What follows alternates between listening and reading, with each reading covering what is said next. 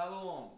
Nós vamos dar início agora a mais uma aula direcionada à proposta do curso de especialização no Novo Testamento, trabalhando com sermão textual e sermão expositivo. Na aula de hoje, nós iremos nos direcionar ao sermão textual para seguir a sequência que nós já estávamos cumprindo, desenvolvendo dentro desse transcorrer de semanas que estamos estudando sobre o sermão textual. Tá? Um outro sim, que na próxima aula nós já iremos entrar sobre o sermão expositivo para dissecar realmente um texto de um capítulo, construindo assim um sermão expositivo que geralmente ele desenvolve-se em um texto um pouco mais amplo. Tá? Como hoje é um sermão textual, nós vamos nos fixar somente a um versículo somente. E automaticamente vamos discorrer cada item e ponto dessa construção desse sermão para maior compreensão da aplicabilidade e da construção do sermão textual. Comecemos assim. Primeiramente, ler o texto para você compreender o texto. Tá? Para daí, da compreensão, surgir já o tema. Porque o próprio texto é que vai dar o tema. Tá?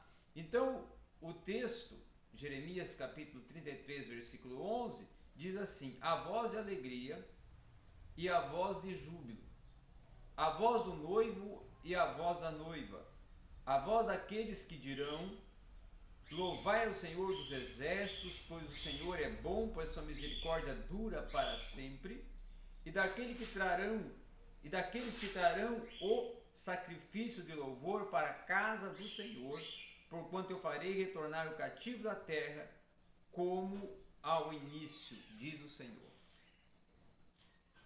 Nós direcionando o nosso olhar nessa leitura a esse texto, nós já temos o próprio texto enunciando o seu tema, que é a volta do cativeiro. Quando nós compreendemos que o tema trabalha a volta do cativeiro, a introdução tem que fazer um pano de fundo histórico do que foi realmente a causa do cativeiro e as suas consequências. Israel, ela é uma nação que nasce e vai crescer e desenvolver sob o cuidado, sobre o olhar, o zelo de Deus em todo o seu tempo, em toda a sua trajetória. É uma nação em que Deus está observando e observa o seu transcurso dia após dia, hora após hora, momento após momento, em todo o tempo. É a nação escolhida, é a nação gerada por Deus, desde lá daqueles que são considerados seus patriarcas, os seus progenitores, como Abraão, Isaque, Jacó, e assim depois os filhos de Jacó, que vão originar as 12 tribos, e das 12 tribos a construção assim de uma nação a partir da divisão de terras que são destinadas às tribos, como relata o livro de Josué, e que constrói todo um desenvolvimento geopolítico e um desenvolvimento social, com seus costumes, com suas práticas, com suas tradições, um contexto religioso, de uma verdadeira religiosidade e de uma comunhão, mas também um contexto religioso de uma formalidade e de um zelo extremado pautado nas suas próprias tradições oriundas de uma interpretação categórica da lei, da Torá. Também um povo em que Deus estabelece com eles a aliança, uma aliança ao ponto de fundamentá-la e autenticá-la com sangue de bodes e carneiros, lá no Monte Sinai, quando Moisés desce do monte após passar 40 dias no monte na presença do Senhor e vir em total, vamos dizer assim, resplandecer, a aliança é firmada e é declarado até os estatutos dessa aliança nas tábuas da lei, as condições para Israel ter os benefícios da aliança, e automaticamente o grande lema e tema da aliança, que é: vós serei meu povo e eu serei vosso Deus. Nesse contexto, Israel tinha um compromisso: andar na presença do Senhor. Como mesmo que Deus deu essa ordem também para o próprio patriarca, o próprio Abraão. E esse contexto de andar na presença tem o sentido de ter um compromisso para com a aliança, sendo fiel a toda a estrutura de, vamos assim, de estatutos, de procedimentos, de diretrizes propostas por Deus para que Israel gozasse dos benefícios desta aliança. Porém, Israel desobedece. Israel não é fiel. Israel abandona os princípios em vários momentos. Deus vai lhe dando oportunidades, eles voltam ao pacto, à comunhão com Deus, mas depois retornam. E assim eles vão de voltar e retornar voltar à comunhão com Deus e retornar à prática da transgressão da lei. De até erigir outros deuses, outras religiões, outros pactos, e esquecerem-se do compromisso com Deus e tornar um povo que não somente desobediente, mas um povo, como o próprio profeta Jeremias diz, de dura cerviz. Um povo que é inconstante, um povo que é volúvel e um povo indiferente para com os princípios de Deus. A consequência vem com a profecia do profeta Jeremias, que vai profetizar nos anos do reinado de Zedequias que Israel seria levado cativo para a Babilônia. Deus levantaria a Babilônia e levaria Israel cativa para a Babilônia, para ali estar sendo espezinhada, assolada, punida, sentenciada a uma punição de perca não só da identidade, mas perca da terra, perca do cuidado e do zelo, e perca até, vamos dizer assim, da proteção, do amparo, das condições tão esplêndidas que gozava nos limites de Jerusalém, dentro do contexto territorial de Judá. Agora, Deus levanta Nabucodonosor. Deus vai levantar uma nação, vai torná-la forte e vai levar Judá, vai levar suas riquezas, vai levar o seu povo para ser cativo na Babilônia. Então essa é a introdução histórica. Eu fiz um mapeamento histórico de tudo o que está por trás, o pano de fundo desta mensagem, desse sermão textual. Agora eu começo a me olhar parte a parte do texto. Primeira parte está aqui a voz de alegria e a voz de júbilo. Voz de alegria e voz de júbilo nos leva aos momentos de alegria, aos momentos de brado, de adoração, de louvor, de gozo, que Israel desfrutou em meio ao povo, que Judá desfrutou em meio ao povo, que a tribo do sul teve de momentos de alegria, de regozijo, de intimidade, de comunhão, de triunfo.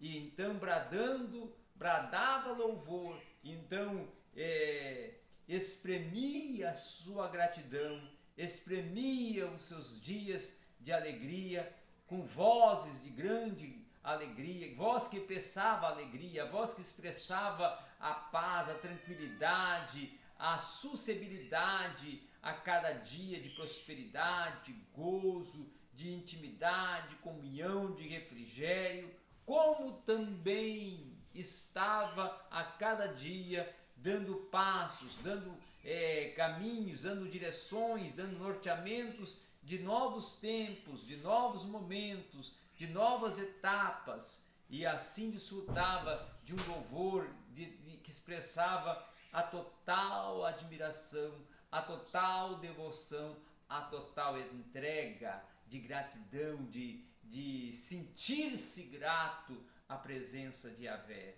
E louvava Yahvé no templo, na sinagoga, e louvava Yahvé no tabernáculo, e louvava Yahvé na tenda da congregação. Mas esse júbilo, essa alegria cessa.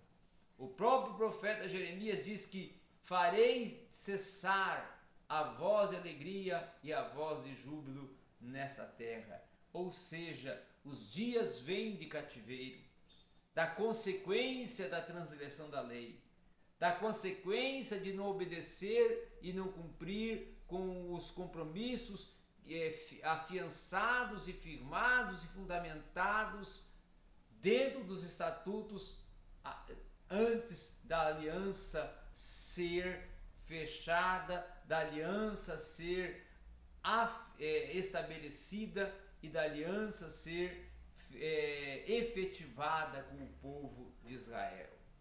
Judá, agora uma tribo que tinha toda a prosperidade, em todos os âmbitos da prosperidade, perde a terra, perde o direito da terra, perde as suas riquezas, perde as suas delícias, perde a sua alegria, torna-se dias de pranto, torna-se dias de angústia, torna-se dias de opressão, de domínio por parte de Nabucodonosor e de toda a sua corte, levando eles a serem cativos, de morarem às margens do rio Quebar e de estarem em isolamento e de estarem sendo submetidos a uma vida de escravidão, a uma vida em que perderam a identidade e que perderam até a oportunidade de adorar, de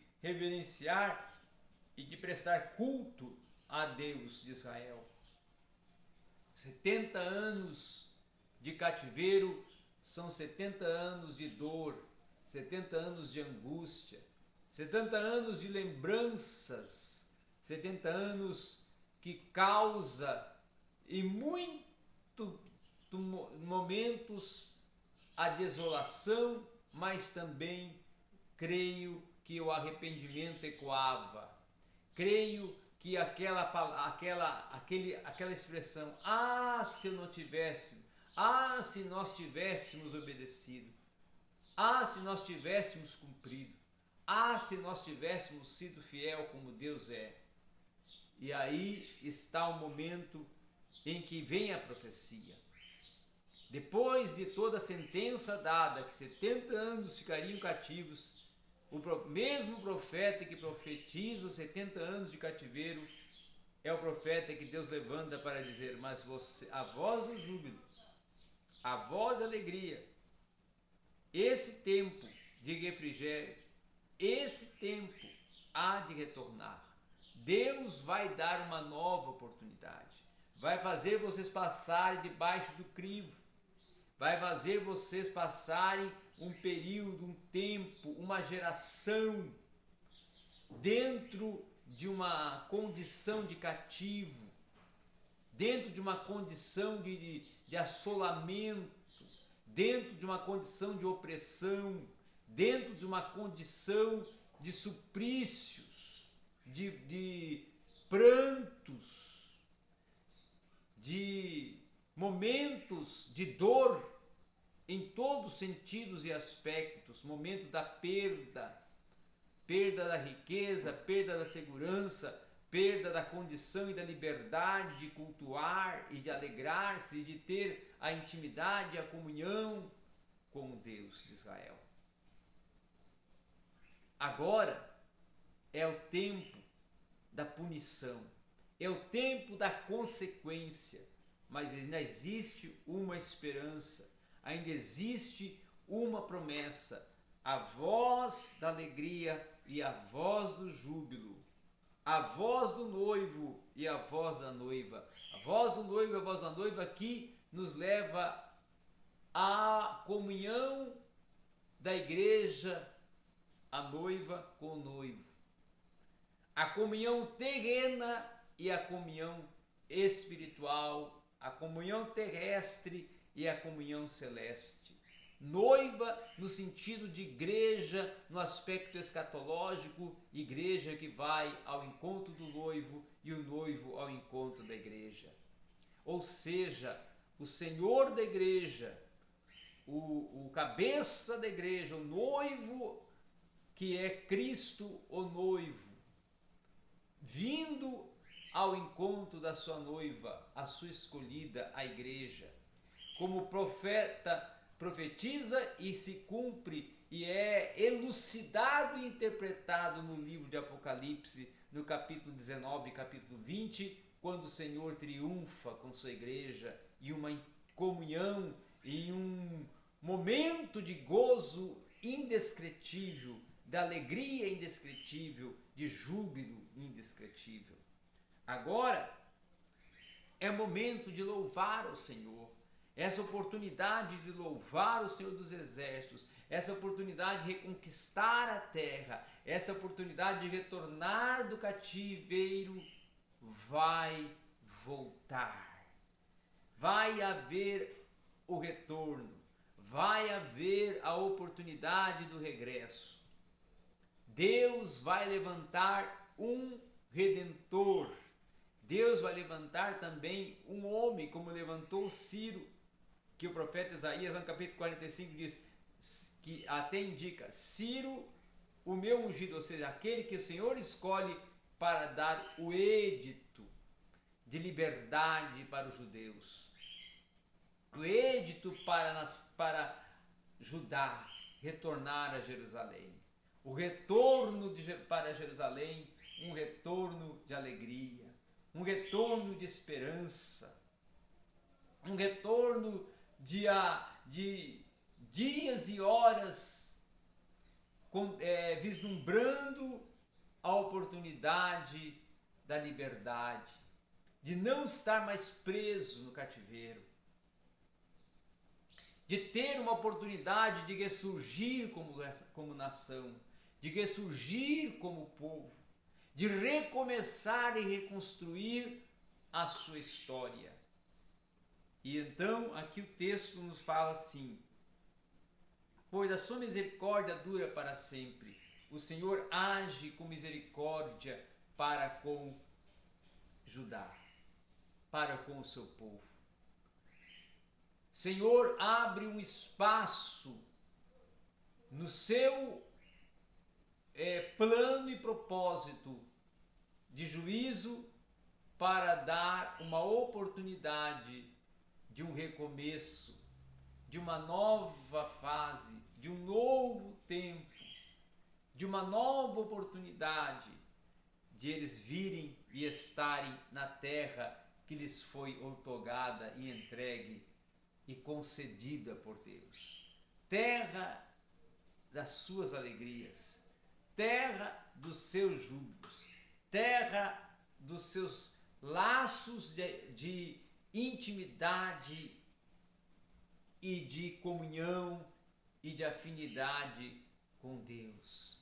Terra para louvar, adorar, exaltar e estar sob o olhar dia e noite, noite e dia de Deus.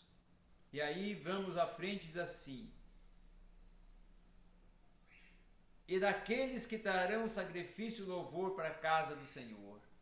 Finalmente Judá poderá voltar à sua terra e novamente poder oferecer sacrifício de louvor, sacrifício de adoração, sacrifício de gratidão, sacrifício de entrega, demonstrar a sua afinidade, o seu cuidado, a sua alegria para com o seu povo, para com todos que contemplarem nos seus semblantes a alegria, o júbilo, a gratidão pelo que Deus tem feito. Poder entrar no tabernáculo para louvar, poder entrar no tabernáculo para recitar salmos, poder entrar no tabernáculo para entoar louvores, para dedilhar a citarra, a harpa, bater e tocar os alaúdes e poder soar as trombetas em um festejo, em uma demonstração de que há uma alegria, que há um novo tempo surgindo, uma nova oportunidade sendo renascida dentro dos corações de cada um dos que estão retornando para a terra. A terra está desolada, a terra está em monturos, mas Deus levanta, e Deus levantou a Neemias, a Esdras, a Zorobabel, aos profetas Ageu, Zacarias e Malaquias, a um povo que está ali pronto, a um povo que está ali entregue, disposto para a reconstrução e para refazer tudo o que tem para refazer e para dar novos tempos, novos rumos, novos momentos, novos espaços nessa reconstrução e nessa realocação da terra e viver dias e momentos de grande alegria, de grande ênfase, de grande prazer e de grande refrigério. É tempo de um novo tempo, é tempo de desfrutar e é tempo de alegria. Aí agora eu estou encerrando esse sermão. E ao encerrar esse sermão, eu faço a minha conclusão baseada nessa construção desse sermão, desse desenvolvimento desse sermão que vocês viram, que foi somente interpretando cada expressão, cada frase, cada tempo, cada parte desse texto. E a conclusão é o desfecho de todo esse acontecimento. E pode ser sucinta como pode ser extensa. Eu posso expressar ela em uma frase, duas frases, três frases, mas o importante dessa conclusão aqui é enfatizar que Deus, Ele é o Deus que renova o seu tempo, que renova a sua esperança e que dá sempre a oportunidade de um recomeço para aqueles que se arrependem. Então essa aqui foi uma exemplificação que eu fiz no sermão textual, para nós podermos compreender a aplicabilidade como entregamos o sermão textual, como pregamos a mensagem pautada em sermão textual. E na semana que vem, então, ou na próxima aula, já vamos entrar dentro da exposição e aplicabilidade do sermão expositivo. Obrigado.